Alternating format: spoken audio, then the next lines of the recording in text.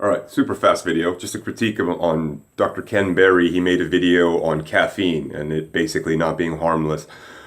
And I would agree with him up to the amounts he was talking about, except maybe with certain people like me. I'm an athlete that has high energy already. I've had a tiny amount of green tea, but I've drank coffee in other videos of mine, and it is, I don't want to say night and day. It's really bad. It's my brain is scattered all over. I'm abnormally hyped up. I stink because my adrenals are just like giving off crazy amounts of energy and then dropping off right after. Maybe it's the amount I'm taking. Maybe it's because I'm sensitive to it. But if I drink coffee daily, it's, and I don't now, but I would imagine that I wouldn't have this low tolerance for it. All right, so the first thing I would say to Ken Berry was your limit was 300 grams of caffeine. And I'm guessing, yes, from a venti Starbucks coffee. But come on then, let's do the extreme side of it maybe we can do another video and talk about above 300 milligrams, because athletes are using a huge amount of it.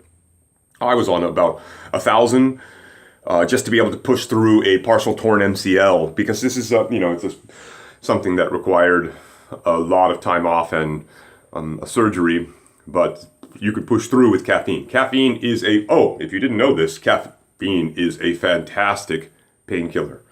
It only works for certain types of pain in soft tissue.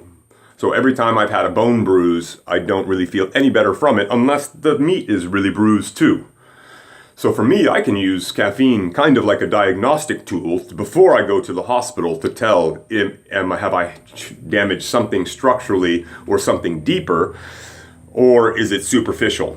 Often I might get pain in my chest, and it probably just from lifting something too heavy, and I don't know if I've actually hurt something underneath, but then I take some caffeine, and if the chest pain goes away, I typically could, that could be changing other things in the heart too, right? But anyway, in the chest, at least, in the muscle, I won't feel the workout, and so, works there. So, also, besides me taking 1,000 in college just to be able to play every day, I also had plantar fasciitis that would re-tear every day. Oh man, it would glue back to the bone, and then it would re-tear every practice.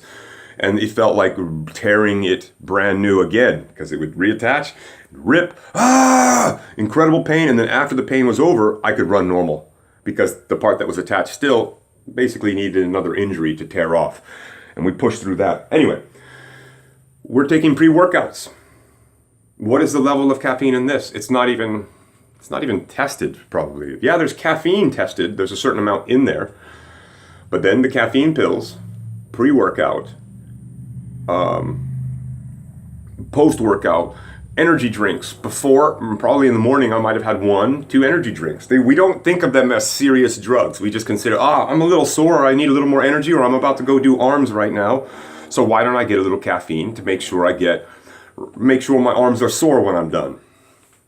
It definitely helps in the weight room. It is a performance-enhancing drug in the weight room. I'm surprised caffeine is legal if we're talking about all these other things, because it's cheating like a motherfucker. Ask Chael Sonnen. Chael Sonnen used to just amp himself up with as much caffeine as possible because he knew it was a performance-enhancing drug.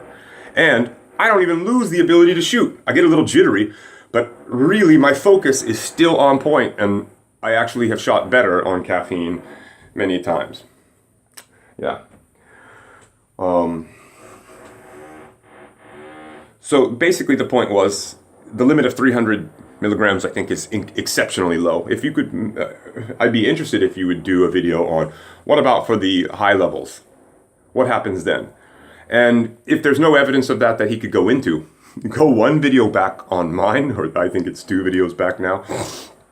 But I drank caffeine and I'm perched on the couch, and oh man, I can't calm my brain down to even finish a thought. I have to just keep jumping from one to another, and it's not calming. I'm not happy in that state. I actually am quite stressed, and I'm only realizing it now that there's some addiction problem with caffeine that is quite serious in me, just because if it's something that doesn't help me and off-putting to others, and it actually makes what I do worse, communicating to people, so then why should I be doing that drug? I probably would come up with better thoughts while drinking than I would on caffeine.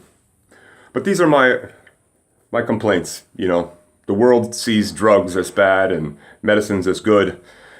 I see them all as drugs, and not to be judged as good or bad, but to be individually looked at. So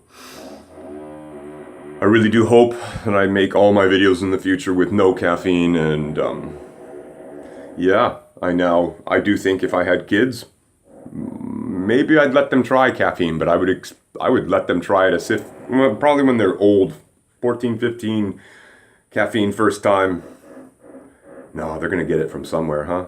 So they got to be exposed to it a little younger, but you got to teach them about it. They got to learn, like my parents said, oh, coffee, great, tastes great, love it. Yeah, but we need to know a little bit more about it. It can make you lose jobs, it can make you lose sleep, it can give an impression that you're on something else.